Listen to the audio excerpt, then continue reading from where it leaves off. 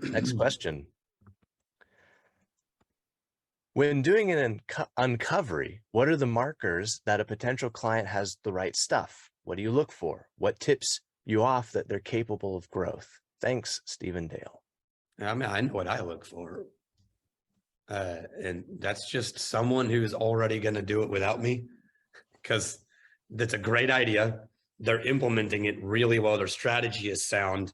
They've got a good team around them, and they think or are hitting these hurdles because it falls into the categories they don't know, but I do. And then all I have to do is just be like, oh, hey, we just lost if they're basically a badass in all the categories they can handle that I can't, and what they're missing is the shit that I can bring to the table, then I mean that's a no-brainer. I can get in that relationship and know these guys are going to be blown away, and they're going to think it's me, and I'm going to know it's them, because all I did was open a few doors that they didn't know were there, and then put some guide rails, and then sort of helped write the next storyline for them. But they're gonna, they're gonna captain that ship all the way through.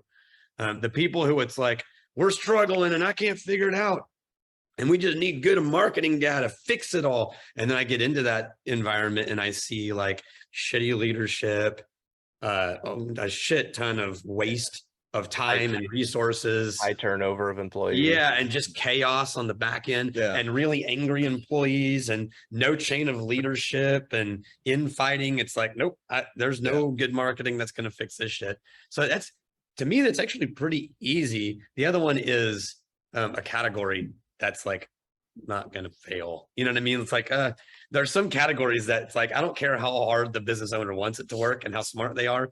It's like, I'm not going to get in on that one. That business that's is a tough category. Yeah.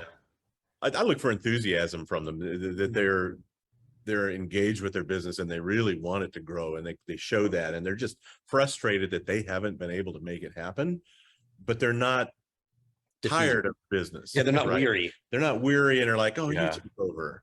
I want to do something else. It's like, is that Yeah, I'm bored. Yeah, over this. I need somebody else to take the reins. The flip side of that is the market potential, and there's lots of ways of doing that.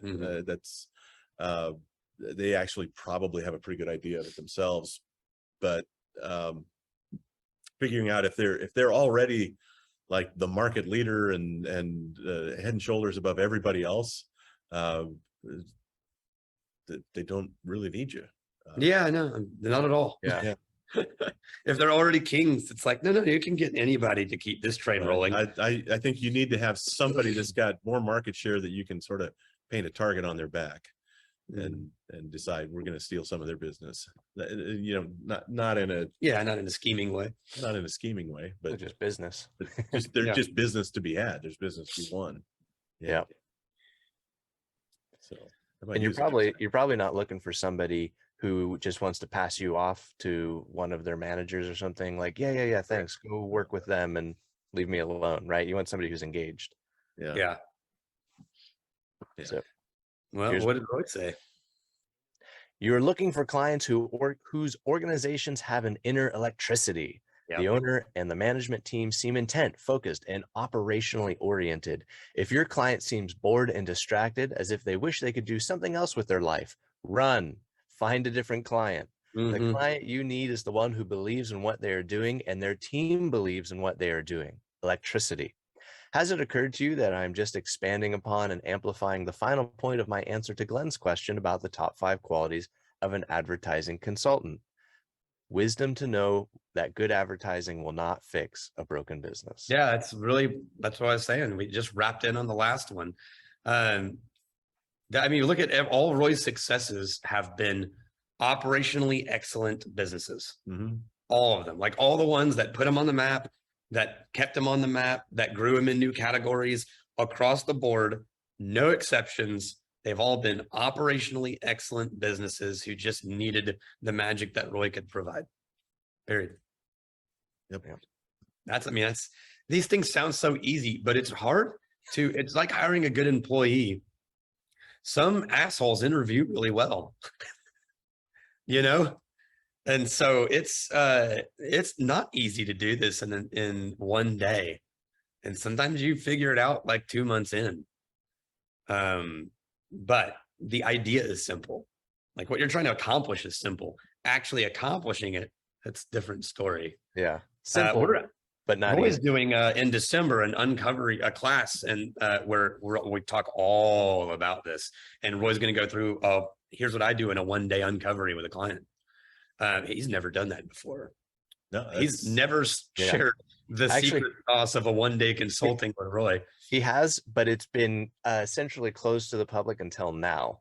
Yeah. And that is no, that is the Ad Writers Guild. Yes. The Ad Writers That's Guild. where he teaches you how to do it.